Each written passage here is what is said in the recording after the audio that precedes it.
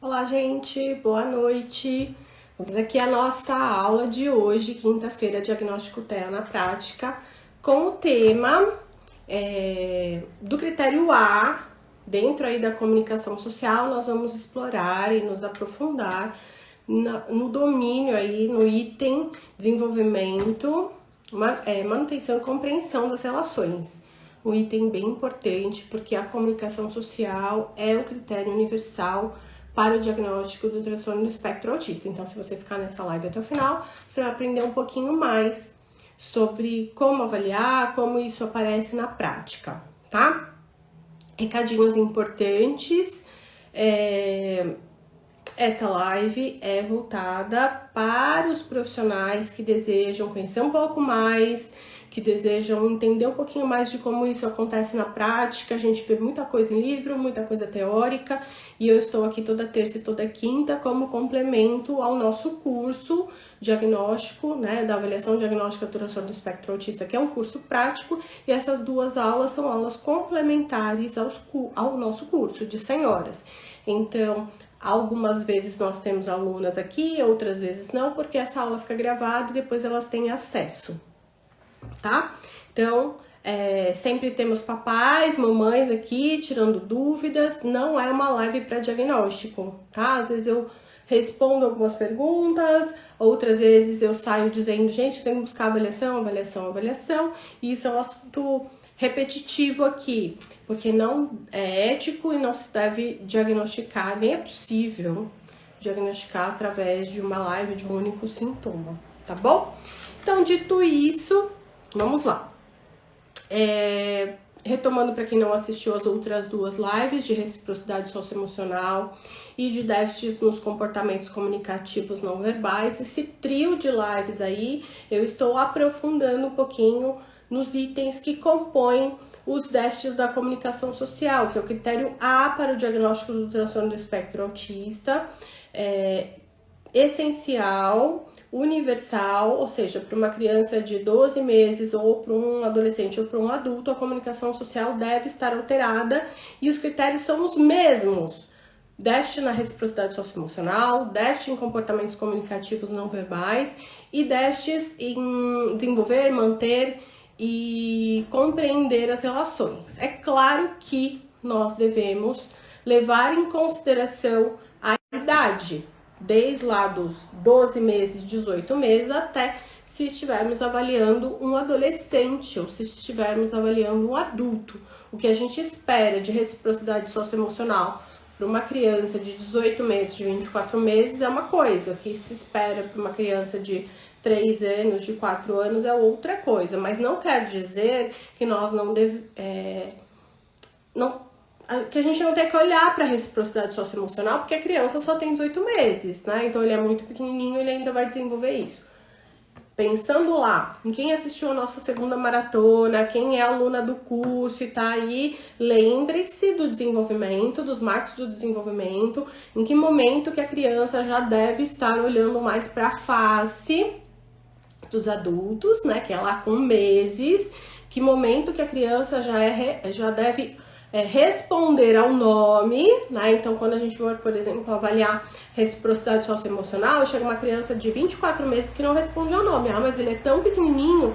Quem tá lá no curso e viu lá na segunda maratona e viu nas aulas, com que idade que a criança tem que começar a responder os nomes? Então, tá muito... responder ao nome, né? Quando chamado ao nome. Então, já tá muito atrasado. Então, hoje eu vou falar sobre desenvolvimento, manutenção e compreensão das relações. Na verdade, eu vou falar sobre os déficits nesses critérios. Lembrando que todos os critérios devem aparecer alterações de forma persistente. Então, a criança tem 5 anos, nunca aconteceu isso antes.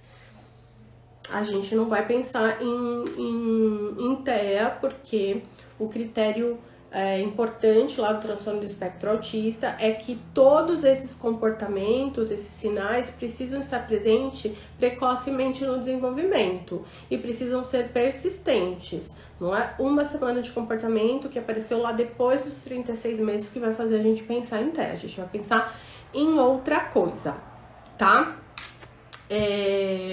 Eu tô vendo aqui gente perguntando quando começa o próximo curso. Os cursos abrem sempre depois das maratonas. A gente abre maratona, no final da maratona tem curso, tá bom?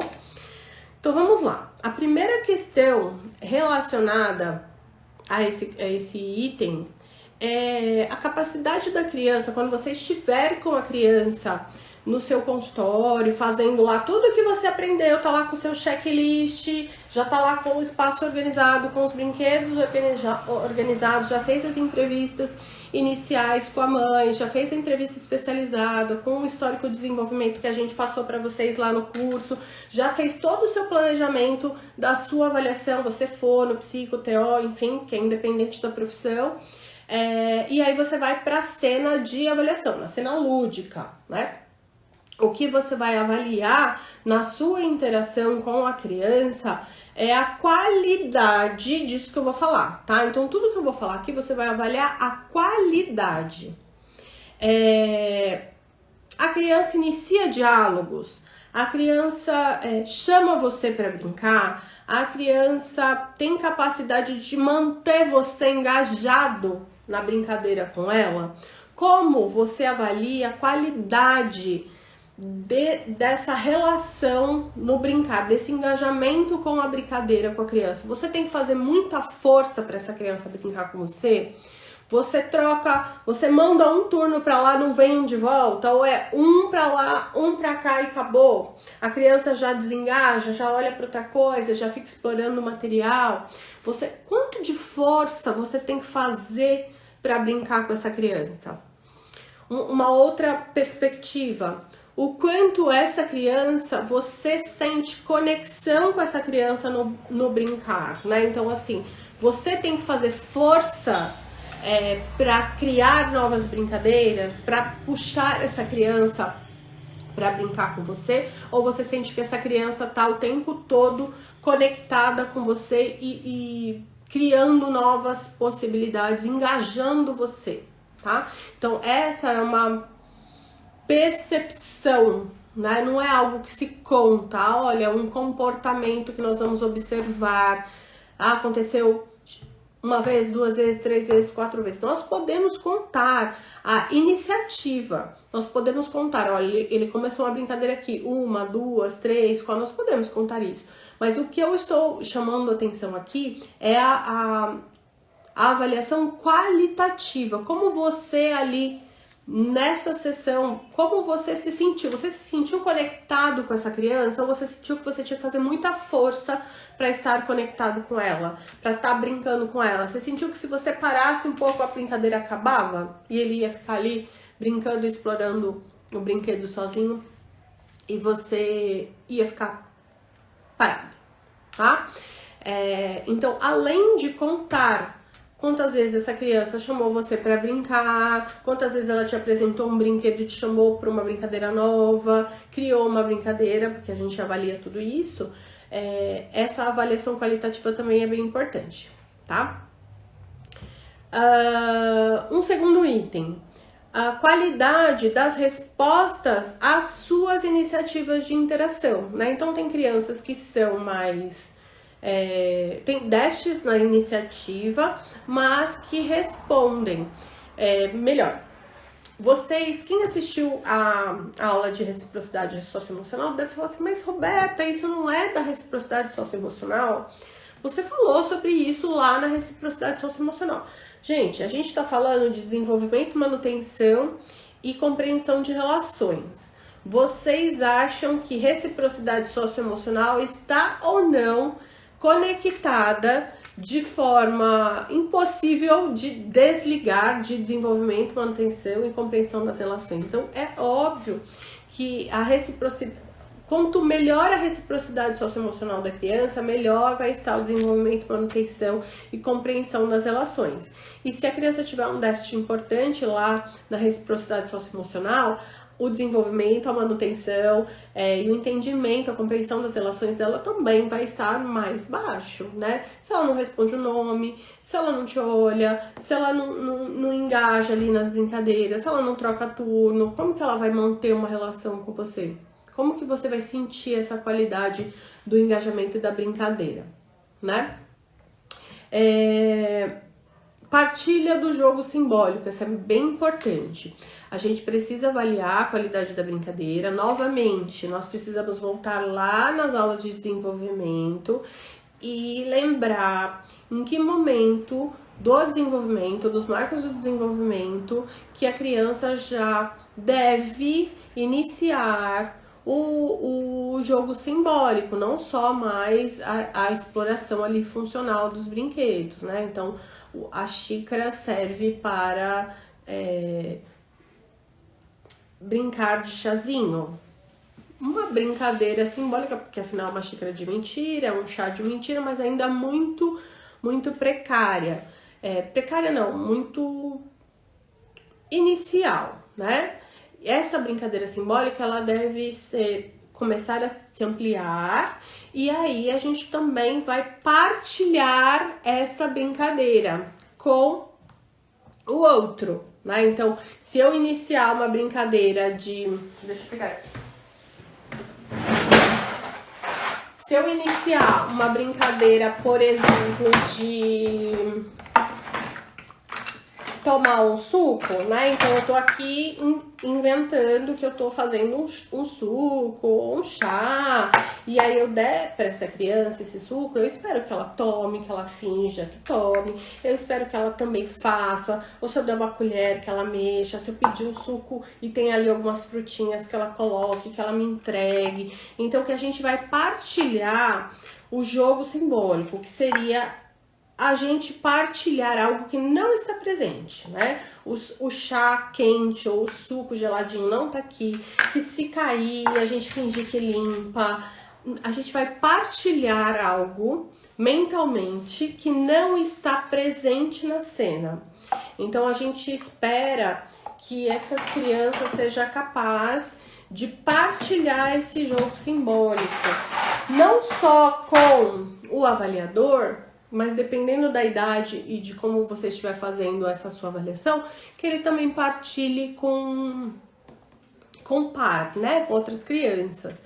A gente avalia isso muito nos vídeos caseiros, como ele brinca com a irmã, como ele brinca com os pais, mas a gente pode e deve avaliar isso na sessão. Então, a partilha do jogo simbólico é muito importante, tem que ser avaliada. Não só se a criança brinca simbólico ou não, tem criança que até fruto, às vezes, de intervenção, né? Tem muita criança que, diante de alguns sinais, já iniciou intervenção antes de diagnóstico e meio que sem...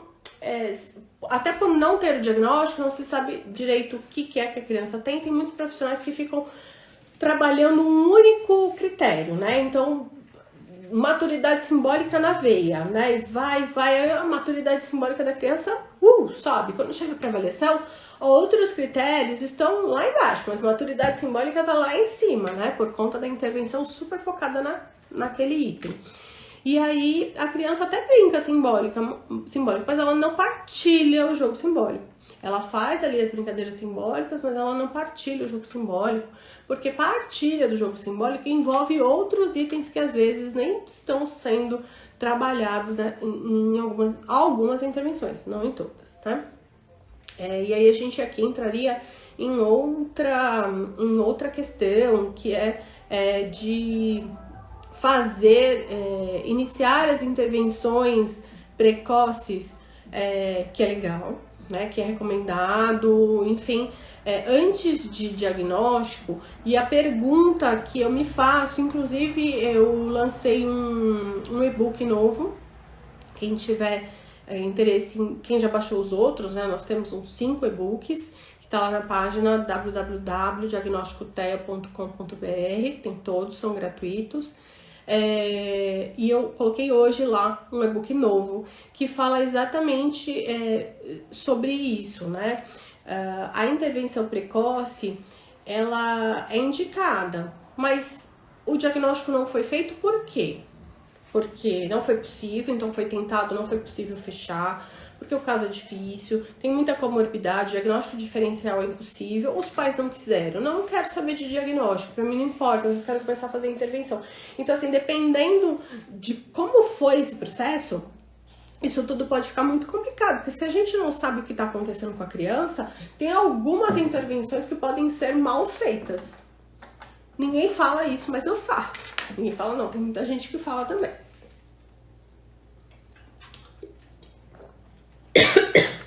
Não é intervenção precoce a qualquer custo, a qualquer preço, de qualquer jeito. O que é intervenção precoce? Tem muita gente... Estimulação precoce, intervenção precoce, qual é essa formação? Quem é que faz? Vai estimular o quê? Né? Então eu tenho algumas críticas com relação a isso, né? Então assim, não fez o diagnóstico por quê? Não, o diagnóstico dá acesso a direitos, ao melhor planejamento do caso, a direitos, reembolso, a INSS, aos pais poderem exigir os seus direitos no convênio, maior número de sessões, entre outras coisas, né? Enfim, voltando aqui. Essa criança vai partilhar o jogo simbólico ou não? Importante, além de brincar simbólico, é importante verificar se a criança partilha o jogo simbólico. Fazer amigos, ter interesse em pares. Uma criança de 2 anos, a gente vai avaliar se ela faz amigos, a gente vai avaliar se ela tem interesse em pares, se ela olha para o outro, se ela tem interesse em interagir com o outro, porque a gente vai ter que pensar no desenvolvimento, a gente vai ter que pensar nos marcos do desenvolvimento e a gente vai ter que pensar que uma criança de 2 anos, ela ainda não é capaz de fazer uma brincadeira de regras, por exemplo, e tá ali do lado de outra criança e super trocar o brinquedo e aceitar a vez do outro com tranquilidade, né? Mas ela tem interesse na criança ou ela está interessada no brinquedo que está na mão da criança? Gente, isso é tão comum, né? Que quando a gente tá fazendo as avaliações, as entrevistas, e a gente vai perguntando, né? Tem interesse em outras crianças? Tem. Nossa, ele não pode ver outra criança. Quando ele vê outra criança, ele já vai lá correndo. A gente tem até que segurar, porque ele vai em cima da criança. Ah, ele vai em cima e ele faz o quê? Criança, sei lá, 2 anos e meio, 3 anos. Ele vai lá e ele faz o quê? Ele vai lá direto e pega o brinquedo dela, né? Ou ele vai lá direto e fica em cima dela, abraça, beija, fica em cima, né? Então, assim, a gente tá falando de uma aproximação invasiva, a gente tá falando de uma criança que está interessada na outra criança ou está interessado no brinquedo, na comidinha que tá na mão. Então, tudo isso, se você é aluna, é nessa parte que eu digo a importância da avaliação com par, a importância... Compara aqui na clínica, né? Par desconhecido, não pode ser criança conhecida.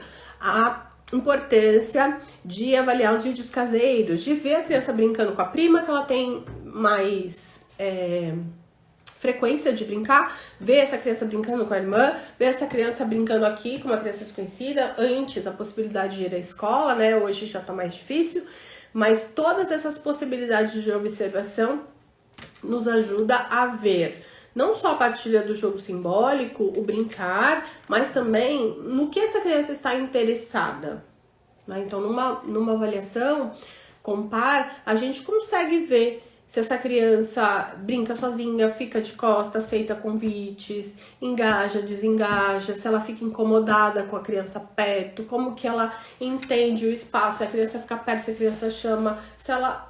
Tudo isso é muito bacana de se observar numa avaliação com par, tá? Que a gente ensina no curso e a gente usa aqui nas nossas avaliações multidisciplinares. É muito difícil a gente fechar uma avaliação sem observar essa criança com outro par. Uma pergunta muito comum, tanto lá das nossas alunas quanto aqui, quando eu falo que a gente faz esse tipo de avaliação é: ah, mas e a pandemia? Gente, as crianças vêm de máscara e e a gente avalia mesmo assim, né? Os pais não se mostram contrários, a gente coloca isso para os pais. Se os pais disserem que não querem, a gente não faz, né? E aí a gente vai avaliar com o que a gente tem, tá? Mas as crianças vêm de máscara, a gente coloca eles lá na sala de avaliação e faz a avaliação tranquilamente. Outro item, comportamento ajustado ao contexto. Esse é um item muito fácil de dar confusão, que mas a criança é muito pequena, ela não vai entender que ela tá num consultório médico ou que ela tá na casa da vovó, ela não vai entender as diferenças. Ela deveria entender as diferenças, né, com essa idade, com 2 aninhos, com 3 aninhos, enfim. Eu não estou dizendo que uma criança dessa idade deveria chegar no consultório médico, se sentar, ficar quietinho, esperando na recepção durante 30 minutos para ser atendida, 15 minutos para ser atendida, sem se mexer. Eu estou falando de comportamento ajustado ao contexto, uma criança chegar num ambiente novo, que ela não conhece ninguém, cheio de outras pessoas, outros adultos, que ela não sabe quem são essas pessoas. Ela não sabe se ela vai tomar uma bronca, se alguém vai dar uma injeção nela, se alguém vai gritar com ela. Ela tem que se referenciar ao comportamento da mãe, né? Então, se a mãe sentou, está quieta, buscar o rosto da mãe para entender o que é esperado naquele contexto. Olhar para as outras pessoas e esperar, né? Então, assim, essas pistas do ambiente vão organizando o comportamento dessa criança. Então, o que a gente vê? Normalmente, para crianças pequenas, típicas, que no começo isso é o que a gente observa, e dali 5, 10, 15 minutos a criança já tá super à vontade, pegando fogo, mexendo nas coisas, correndo pra lá e pra cá, enfim. Com crianças atípicas, a gente pode ver algumas possibilidades. A gente vê desde algumas leituras de pista, né, e a gente avalia o interesse social. Desde uma criança mais passiva, né, crianças que ficam sentadas no sofá, e aí eu vou falar de um caso específico, uma criança que estava em avaliação com uma fonoaudióloga aqui, não veio por suspeita de TEA nem nada, veio por questão de fala, e quando a mãe entrava para conversar com a fono, né, a nossa recepção é bem pertinho de 3 salas de atendimento que nós temos são 2 alas aqui, né? Então, do lado de lá, onde tem recepção, tem 4 salas do lado de lá. A criança de quase 3 anos ficava sentada no sofá, chegou a ficar, que a gente acompanhou pelas câmeras, sentada no sofá, na mesma posição, com um livro, olhando uma página, durante mais de 40 minutos. A gente não espera esse comportamento para uma criança dessa idade, com uma quantidade de energia e de curiosidade. E aí chamou a atenção da equipe, né?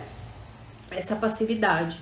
E aí, enfim, aqui a gente trabalha em equipe mesmo, a gente foi conversar com a fono para ver o que tinha ali naquela história que pudesse explicar aquela passividade. Mas a mãe realmente não tinha trazido nada, né? Pra mãe, aquele comportamento era um comportamento comum da filha, era assim que ela se colocava em todos os lugares, mesmo diante de brinquedos na recepção, porque isso faz tempo, foi antes da pandemia, tinha baú de brinquedo, mesmo diante de TV ligada com desenhos, né? Mesmo diante de outras crianças na recepção, outras pessoas na recepção, ali, passiva, né? A gente pode pensar em... Aí a gente tá pensando no interesse social diminuído, né? Uma passividade ali que chamou a atenção. A gente pode pensar num interesse social ausente ou uma rejeição, né? Aquela criança que olha pra você e vira a cara, né? Que te olha e te rejeita. É diferente da criança com sinais de risco para TEA, que às vezes passa por você no nível do olhar dela, né? Então, se ela é mais baixinha que você, ela passa por você, ela não faz contato visual com ninguém que está acima, né? Mais altos, né? Então, ela não eleva o olhar para os adultos. E se ela chegar e os adultos estão sentados e ali o nível do olhar tá mais ou menos na mesma a mesma altura, ela também não faz contato visual. É diferente essa sensação. A criança não me viu, a criança me rejeitou. É diferente, né? Então, nesse critério, a gente também leva isso em consideração. A rejeição, né? Às vezes isso é muito comum em crianças com TOD, por exemplo, ou com outras alterações de comportamento, essa rejeição, né? É o não te olhar enquanto você tá olhando, daqui a pouco você desvia, quando você olha ele tá te olhando ali escondidinho atrás da mãe, enfim, atrás da almofada. E pensando em outras alterações desse interesse social, a gente pode colocar um olhar muito invasivo, uma criança muito invasiva, uma criança disruptiva, uma criança agressiva, uma conduta ali inadequada, né? Então, tudo isso a gente tem que avaliar quando a gente pensa em interesse social, tá? Então, quando a gente vai pensar em comportamento ajustado ao contexto, a gente tem que pensar na idade, tá? E no próprio contexto, né? Então, o contexto aqui do consultório. Agora, por exemplo, são 20 e 30. Tem 3 pessoas aqui sendo atendidas nesse momento. A recepção tá super tranquila, não tem nenhuma criança, tá super tranquila. Se chegasse uma criança aqui, a gente esperaria algo dela. Neste contexto, se ela chegasse aqui à tarde com outras crianças ali brincando, pulando na frente do espelho, com Discovery Kids na TV, eu esperaria outro comportamento dela, né? Então, a gente tem que avaliar, e quando eu falo contexto, não é o contexto, a clínica da recepção, isso também, mas quem são essas pessoas e o que está acontecendo ali naquele momento, tá? Qualidade da relação estabelecida. Eu falei lá no começo, né, que a gente não tem só que sair fazendo xizinho, contando o comportamento. Ele me chamou para brincar em 1 hora hoje, mas são, sei lá, 3, 4 sessões que eu vi essa criança. Ele me chamou para brincar, sei lá, 1 vez em cada sessão, foi muito pouco, quantidade muito baixa, né? Ele não respondeu a quase nenhuma tentativa, nenhuma iniciativa minha. Então a gente vai fazer uma quantificação também disso, mas a qualidade não deve ser deixada de lado, que é como você sentiu diante daquela interação. Você sentiu você fazendo muita força, você sentiu que se você parasse de brincar não ia ter mais nada, a criança ia pegar um brinquedo e ia ficar ali explorando o resto da sessão. Gente, essas pausas são essenciais, né? Muitas vezes eu supervisiono pessoas ou respondo a dúvidas de alunas nesse sentido, né? Mas eu vou ficar parada e o pai normalmente tá dentro da sala na avaliação, né? O pai não vai achar ruim, o pai não vai achar estranho, que a criança vai... que eu não vou brincar com a criança. Gente, vocês precisam ter firmeza do que vocês estão fazendo, isso tem um motivo, isso tem um objetivo. Se vocês se sentirem mais à vontade, expliquem para os pais como é que vai ser essa avaliação.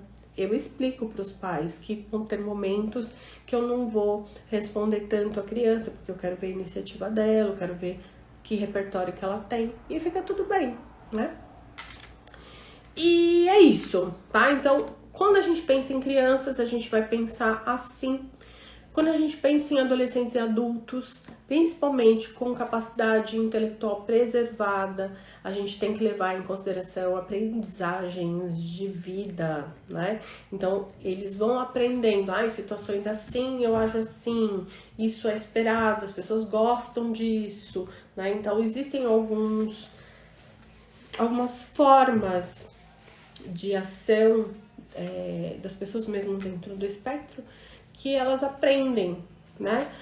Então, eu não gosto de beijo no rosto, mas socialmente as pessoas dão um beijo no rosto, então eu vou lá e eu faço isso, né? Então, adequado ao contexto. Então, muitas coisas que são feitas porque aprende as pistas sociais e reproduz as pistas sociais esperadas, mas é uma aprendizagem aí durante a vida, tá? Então é isso, deixa eu ver, hoje ninguém tem dúvida, gente, que beleza, a aula foi boa, vocês estão cansados. A Cláudia tá dizendo aqui que chegou atrasada, não tem problema, a Cláudia vai ficar gravada, tá bom?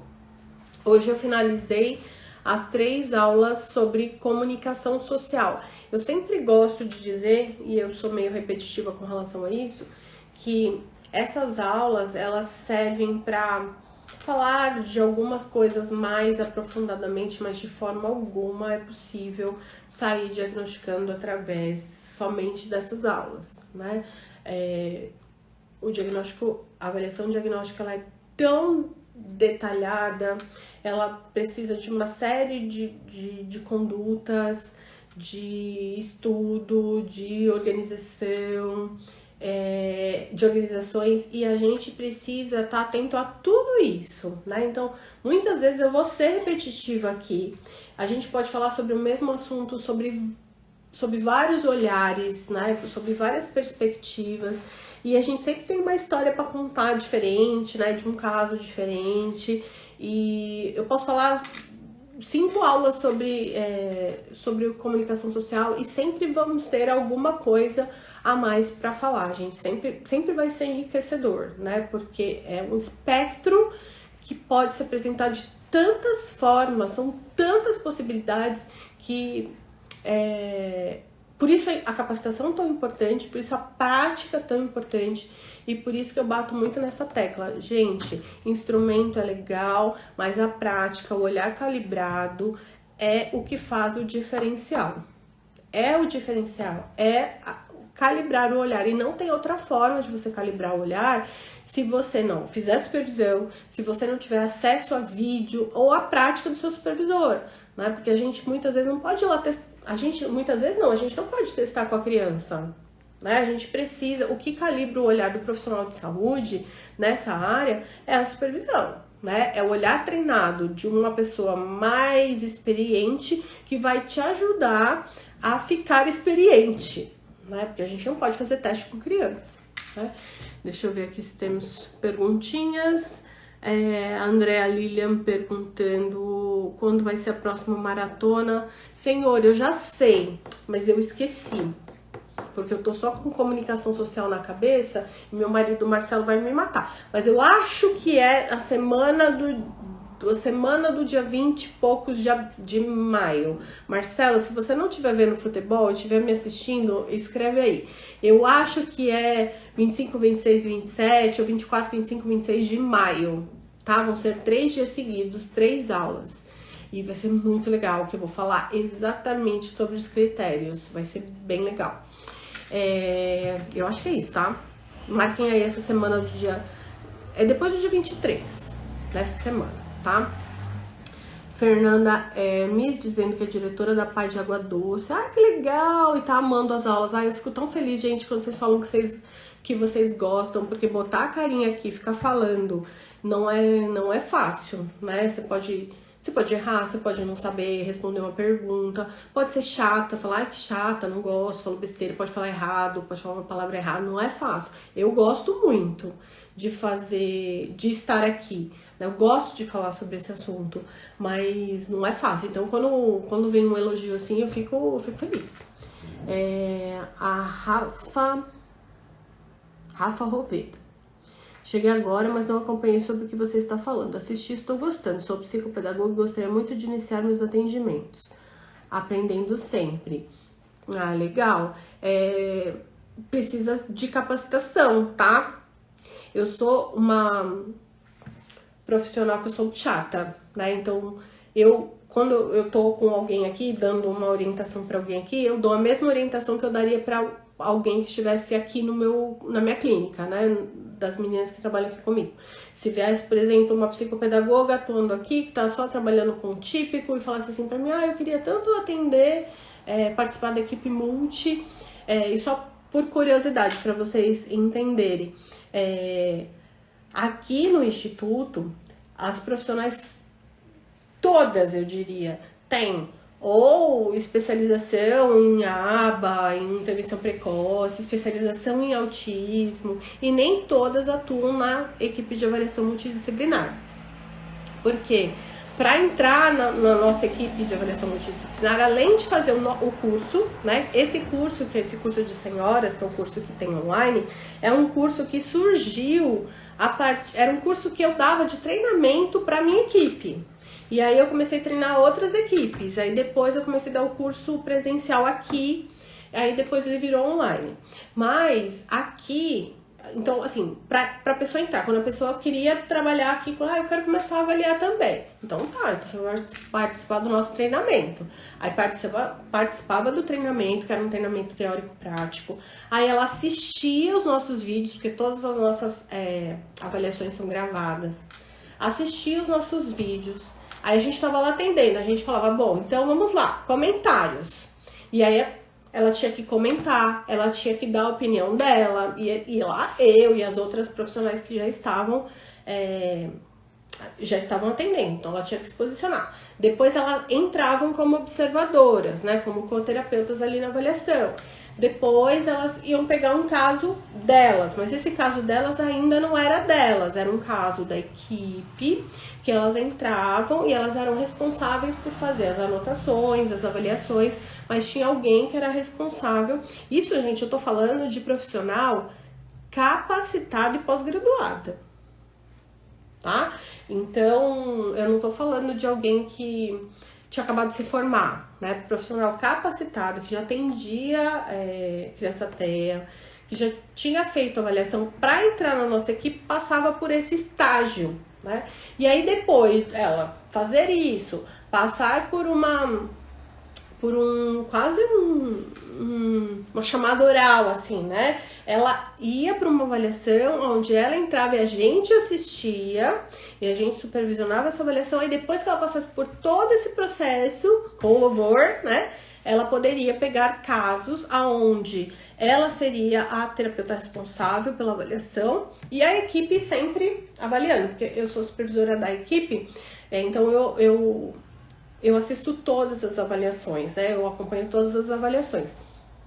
Mas a equipe toda assiste, né? Então a gente tem um jeito aqui de se organizar, que é um jeito que eu ensino lá no curso, inclusive, mas respondendo a nossa psicopedagoga que está interessada, Rafa, que está interessada em estudar. É bastante estudo, tá? Então não dá pra gente achar que a gente vai pegar um livro, vai ler os critérios e vai começar a atender, porque a gente vai fazer caca. A experiência, o manejo, a organização do ambiente, o investimento e não são assim, investir em material. Não é uma caixa de R$1.000, não, R$2.000, mas quais materiais? Por que esses materiais? Em que momento que eu vou usar esses materiais? Então tudo isso é um investimento, eu diria até que de tempo, porque quem fez o curso e quem assistiu as outras maratonas, a primeira maratona que eu mostrei quais brinquedos e como usar, viu que não são brinquedos diferentes, não é brinquedo de pilha, não é brinquedo Mega Master, mas precisa parar, pensar, organizar a caixa, entender, fazer um curso, fazer a maratona, dedicar tempo de estudo, né? Então é isso. Eu não consigo identificar o nome de vocês, mas Janeide, acho que é isso. Tá dizendo que eu sou muito clara nas observações, que ela tá amando, legal. A Mili perguntando como faz para ter o curso. Então, o curso, gente, a página do curso, ela tá sempre aberta, tá? As inscrições aqui não estão abertas.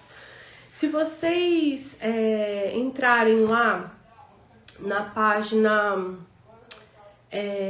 www, eu vou digitar aqui, peraí, www.diagnósticotea, eu vou deixar aqui, diagnosticotea.com.br. Nesse site tem os e-books, que eu vi que tem algumas pessoas perguntando como faz para ter os materiais no e-mail. Nesse site tem os e-books, né? E aí, baixando os e-books, vocês recebem, quando tem live, vocês recebem qual vai ser a aula que é aqui, né? Qual o tema é esse, vocês se interessam, vocês recebem. A equipe aqui da Brinquedos também manda assim, por exemplo, você não assistiu a live da semana, aí ele manda o link do YouTube, olha, você perdeu a live, falamos sobre isso, aí você pode assistir depois. O do curso é isso tudo aqui, só que, deixa eu digitar aqui, porque aí vocês podem ver o cronograma do curso. www.curso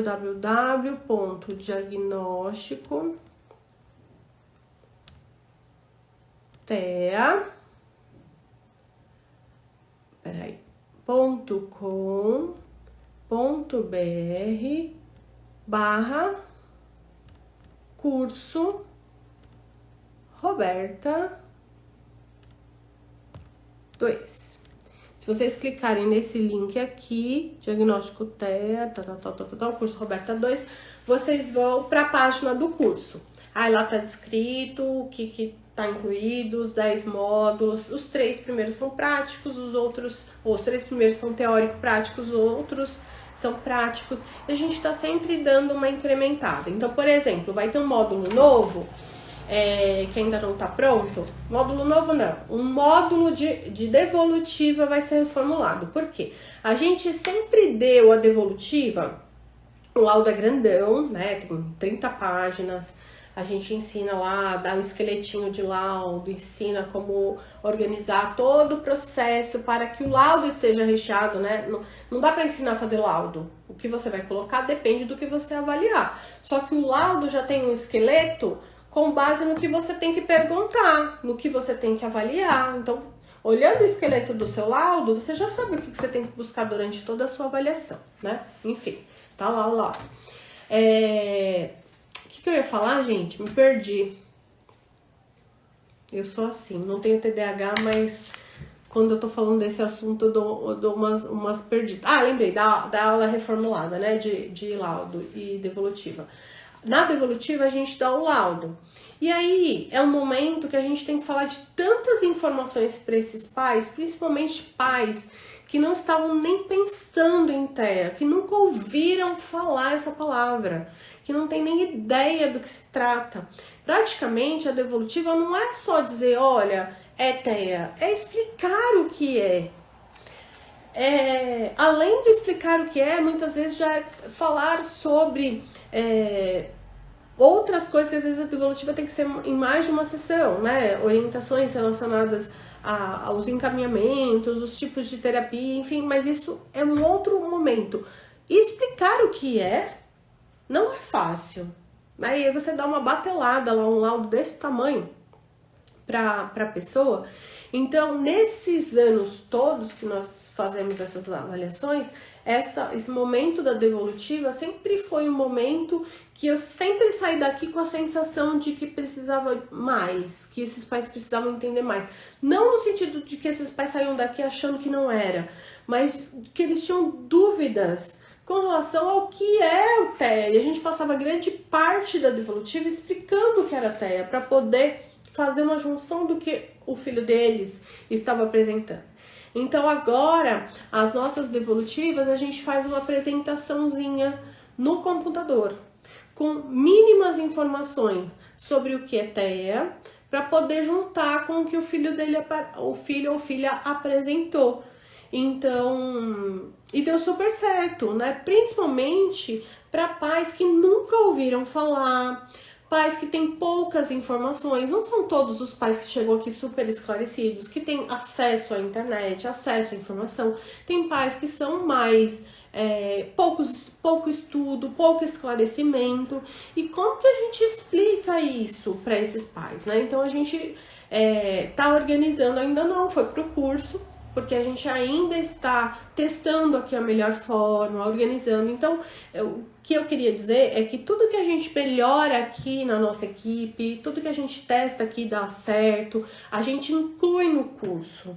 Então, quando eu digo assim que o curso está em constante modificação, é que a gente não segura nenhum saber aqui. Eu faço isso aqui, mas eu só faço aqui porque eu quero que as avaliações sejam feitas aqui. A gente disponibiliza tudo lá dentro do curso. Então, os formulários que a gente usa aqui estão lá no curso.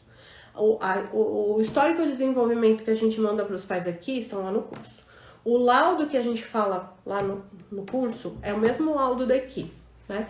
Porque a ideia é de transmissão de conhecimento, para que outros lugares façam melhores avaliações, para que essas crianças tenham melhores avaliações, né? E tem espaço para todo mundo. O ideal é que essas crianças tenham boas avaliações para o crescimento da própria profissão, para que possam falar, nossa, psicólogas fazem boas avaliações, fonos fazem boas avaliações.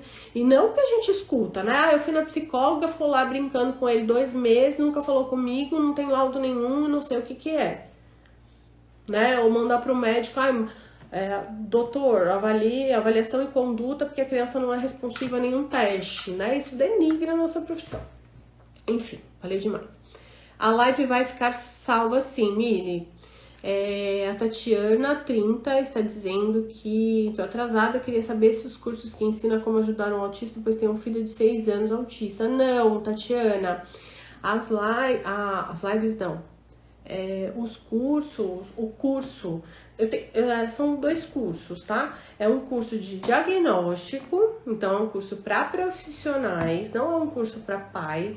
Um pai que tá querendo saber se o filho é autista ou não, ele não deve fazer esse curso. Ele deve procurar uma equipe para avaliar o seu filho. Nós temos, inclusive, nessa página que eu deixei aí, diagnosticotea.com.br, sem o curso Roberta, só .com.br, onde tem os e-books, tem um e-book que se chama Guia para Pais, que é, diante de sinais de risco de TEA, se seu filho está apresentando sinais, você notou, alguém comentou, o que você deve fazer? Qual profissional você deve levar? Quais são os próximos passos diante dos sinais de risco, tá? E o outro curso que a gente tem é um curso de adolescentes e adultos, de avaliação diagnóstica do TEA em adolescentes e adultos, que a gente nem faz divulgação desse curso, porque ele é um curso que eu só recomendo para quem fizesse primeiro, porque o diagnóstico do transtorno do espectro autista, ele é um transtorno do neurodesenvolvimento infantil. Mas essas crianças crescem, viram adolescentes e viram adultos, tá? Mas se você não entender esse transtorno do neurodesenvolvimento na infância, não tem como você ir lá para um curso de adolescente e adulto e achar que você vai sair avaliando, né? Então você precisa entender isso na infância, porque quando você estiver com uma criança maior, adolescente e adulto, você vai ter que fazer perguntas lá na infância, porque esse diagnóstico é feito lá na infância. Os sinais e sintomas precisam estar presentes até os 36 meses. Então não dá para fazer o curso de adolescente e adulto sem todos os saberes do curso de 100 horas. Então é um curso de 100 horas de crianças e o outro curso acho que são 11 horas, se eu não me engano, 6 horas. Não, acho que são 11 horas. Ou 6 horas, não me lembro. Mas é um curso complementar ao curso de 100 horas, tá? Porque avaliar adolescente e adulto é completamente diferente, não tem hora lúdica, né? E realmente tem detalhes que são muito minuciosos e diferentes. Se você... não, eu já avalio criança há um tempão, já tenho todo o manejo, já sei, já faço, eu quero fazer de adolescente e adulto, ok. Mas dá para comprar só o de adolescente e adulto, mas a gente não recomenda isso, aí é por conta e risco da pessoa, porque o curso é menor, a quantidade de material, o curso de criança tem 74 materiais de apoio, anamnese, protocolos, formulários, teses, instrumentos, apostila. O de adolescente e adulto, como ele é complementar e não tem muito material disponível, artigos científicos, teses, enfim, para adolescente e adulto, ele não tem quase nada de material. Então, não dá para comprar também depois ficar reclamando. Mas que é muito diferente, é pequeno, enfim, tá bom? Bom, gente, era isso. Convido vocês a entrar nessa página, a baixar os e-books e... Vocês baixando os e-books, vocês já recebem informações. Eu vi gente perguntando da maratona, baixou o e-book, você vai receber informação da maratona. Quando abrir curso, você vai receber. Quando tiver live, você vai receber. Que aí vocês ficam atualizados nas informações. Tem também o grupo do Telegram nessa página, tá bom? E é isso, gente. Terça-feira, eu ainda não sei qual que é o tema da live, ainda tô pensando aqui. Eu sempre vou atrás das dúvidas das alunas do curso, vejo o que tá pegando mais lá pra trazer pra cá pra gente aprofundar. Então, normalmente no domingo eu decido e lanço lá no grupo VIP do Telegram e por e-mail também a gente costuma mandar quais serão as aulas da semana, mas aqui na página a gente também coloca, tá bom? Então é isso. Deixa eu ver se tem mais alguma pergunta, acho que não. Tatiana, você tem um filho de 6 anos, autista, só terminando de responder você. Quem tem que te orientar como ajudar é a equipe que acompanha ele, que é quem conhece ele, tá? Não dá pra gente te ensinar nada se a gente não conhece ele, então a gente não sabe o que ele sabe, o que ele não sabe, qual é o repertório dele, tudo isso. O melhor ensino possível para ele é um ensino personalizado, com base na avaliação que foi feita dele. Então, sempre referencie-se aos profissionais que acompanham a criança. São os profissionais que acompanham a criança que devem treinar e orientar os pais, tá bom? Agora, se ele não tem equipe que o acompanha, tem que procurar alguma saída aí, né? Se não dá no SUS, se não tem recurso, procurar alguma associação, alguma instituição que possa dar conta desse problema que nós temos aqui no nosso país, né? De recurso para as terapias, tá certo? É isso, gente. Espero que tenha sido legal. E a gente se vê na terça-feira, às 11h30. Tá certo? Tchau, tchau.